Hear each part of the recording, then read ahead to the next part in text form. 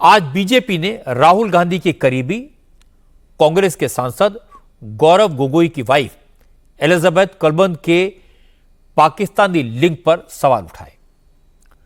असम के मुख्यमंत्री हिमंता का आरोप है कि गौरव गोगोई की वाइफ एलिजाबेथ शादी से पहले तौकीर शेख के साथ काम करती थी। तौकीर शेख आईएसआई में बड़े पद पर काम कर चुका था, पाकिस्तान के प्लानिंग कमीशन का मेंबर था। शादी के बाद 2015 में गौरव गोगोई ने पाकिस्तानी हाई कमिश्नर अब्दुल बासित से मुलाकात की थी। इसकी जानकारी होम मिनिस्ट्री को नहीं दी।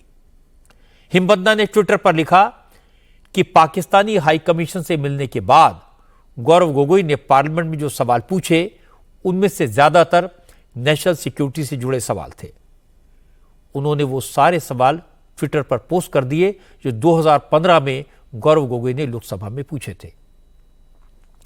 हिमंता का आरोप है कि पाकिस्तानी हाई कमिश्नर से मुलाकात के बाद ही लोकसभा में गोगोई ने ऐसे सवाल क्यों पूछे जिनके जवाब से भारतीय न्यूक्लियर प्रोग्राम की कॉन्फिडेंशियल इंफॉर्मेशन बाहर आ सकती थी।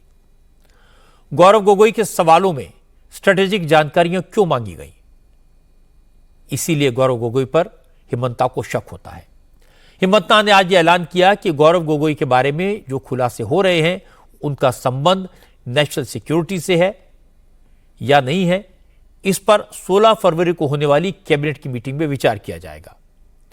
कैबिनेट तय करेगी गौरव गोगोई के खिलाफ क्या कार्रवाई की जाए। इसके बाद दिल्ली में बीजेपी के प्रवक्ता अजय आलोक ने भी हिमंता के आरोपों को दोहराया।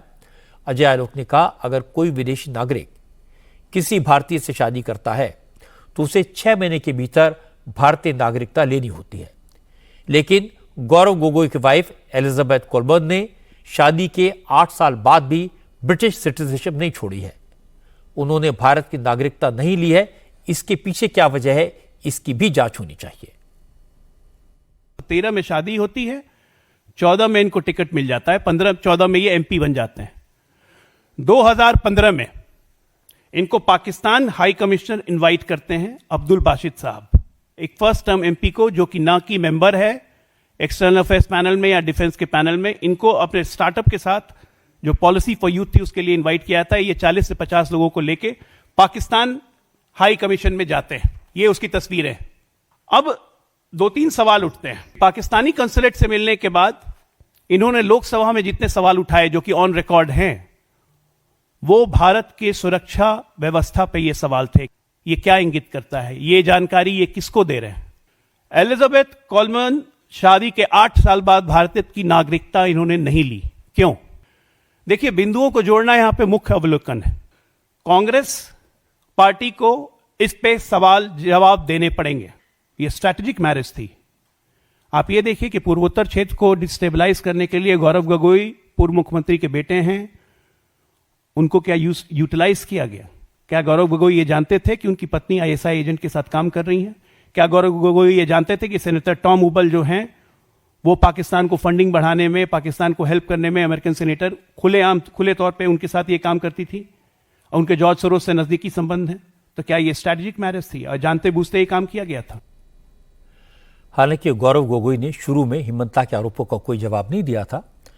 उन्होंने ट्विटर पर सिर्फ इतना लिखा था कि अगर उनकी वाइफ आईएसआई एजेंट है तो वो रॉक एजेंट है, देश को कोई खतरा नहीं है। लेकिन आज जब बीजेपी ने मुद्दा उठाया तो गौरव गोगोई ने ट्विटर पर फिर लिखा, अब पानी सिर के ऊपर चला गया है और वो लीगल एक्शन लेंगे। इसके बाद तारिक अनवर ने गौरव गोगोई का बचाव किया। तारिक अनवर ने कहा कि पाकिस्तान हाई कमीशन में जाने से कोई गद्दार नहीं हो जाता। सारे नेता अलग अलग देशों की एम्बेसी में जाते हैं। अगर सरकार को इस पर एतराज है तो साफ साफ कह दे कि कोई भी पाकिस्तान हाई कमीशन में न जाए। तारिक अनवर ने कहा कि असम में गौरव गोगोई के परिवार का सम्मान है, उनकी छवि को खराब करने के लिए इस तरह के बेबुनियाद आरोप लगाए जा रहे हैं। मेरा ख्याल है ये सब फजूल सी बात है, इसमें कोई सच्चाई नहीं होगी। और ये सिर्फ चूँकि गौरव गोगोई डिप्टी लीडर है, आसाम से चुनकर लगातार आ रहे हैं, उनकी पॉपुलैरिटी है, उनका एक लोगों में सम्मान है, तो ऐसे व्यक्ति के ऊपर इस तरह का इल्ज़ाम लगाना है, उनके परिवार पर लगाना, ये बदले की भावना दिखता है। जब 30-40 लोगों के साथ गए तो इसका मतलब है कि कोई षड्यंत्र नहीं था। अगर षड्यंत्र करना होता तो वो अकेले जाते। और पाकिस्तान के साथ जो हमारा रिश्ता है, डिप्लोमेटिक रिश्ता तो आज भी है। सवाल ये है कि उन्होंने इनवाइट किया, जो डिफरेंट एम्बेसी है डिफरेंट कंट्री के, वो हम लोग को इनवाइट करते हैं तो उसमें सारे लोग जाते थे, कोई रुकावट। या तो गवर्नमेंट को सर्कुलर कर देना चाहिए था कि पाकिस्तान के बुलावे पर नहीं जाना चाहिए आपको। नागरिकता कोई भी आदमी कभी भी ले सकता है, ऐसी कोई बात नहीं है। नागरिकता लेने में विलम्ब हो सकता है, लेकिन वो की शादी एक ऐसे परिवार में हुई है जो परिवार बहुत ही जिसको कहा जाए भारत का, और ख़ासतौर पर आसाम में तो उस परिवार का बहुत उसकी इज्जत है, उसका सम्मान है।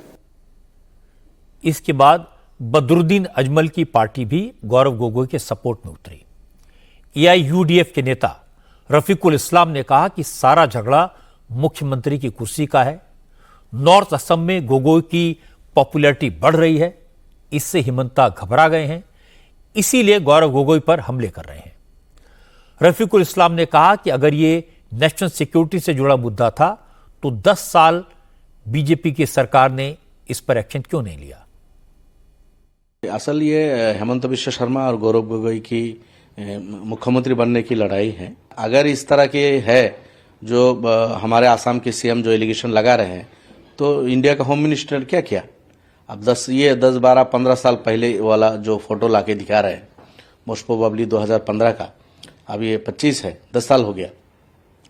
10 साल पहले अगर एक आदमी अपने कंट्री के खिलाफ कोई साजिश किया है, पाकिस्तान के एम्बेसडर के साथ बैठ के कोई मीटिंग लिया है और वो रूल्स के खिलाफ जाके इसे किया है, तो ये 10 साल से तो बीजेपी की सरकार है। और अभी तो 4-5 साल, कई साल से तो अमित शाह जी यहाँ होम मिनिस्टर है। तो अमित शाह जैसे लोग होम मिनिस्टर रहते हुए या बीजेपी की 10 साल से सरकार है, ये सब होते हुए अगर ये सब हो रहा था तो बीजेपी क्यों सो रही थी। किसी नेता की वाइफ फॉरेनर हो ये तो कोई गुनाह नहीं है।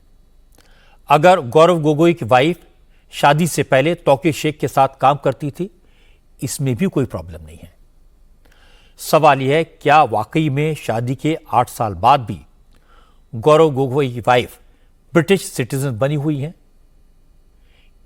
क्या उन्होंने भारत की नागरिकता नहीं ली है? गौरव गोगोई ने पाकिस्तान हाई कमीशन से जुड़े सवालों का जवाब क्यों नहीं दिया? यह तर्क काफी नहीं है कि सरकार ने पिछले 10 साल में एक्शन क्यों नहीं लिया। ना ही इस बात में कोई दम है कि असम में इलेक्शन होने वाले हैं, इसलिए गौरव गोगोई पर हमला किया जा रहा है। जब इलेक्शन होते हैं तो सब एक दूसरे पर आरोप लगाते हैं, लेकिन जिनका दामन पाक साफ होता है वो तुरंत आकर जवाब देते हैं, और गौरव गोगोई को यही करना चाहिए।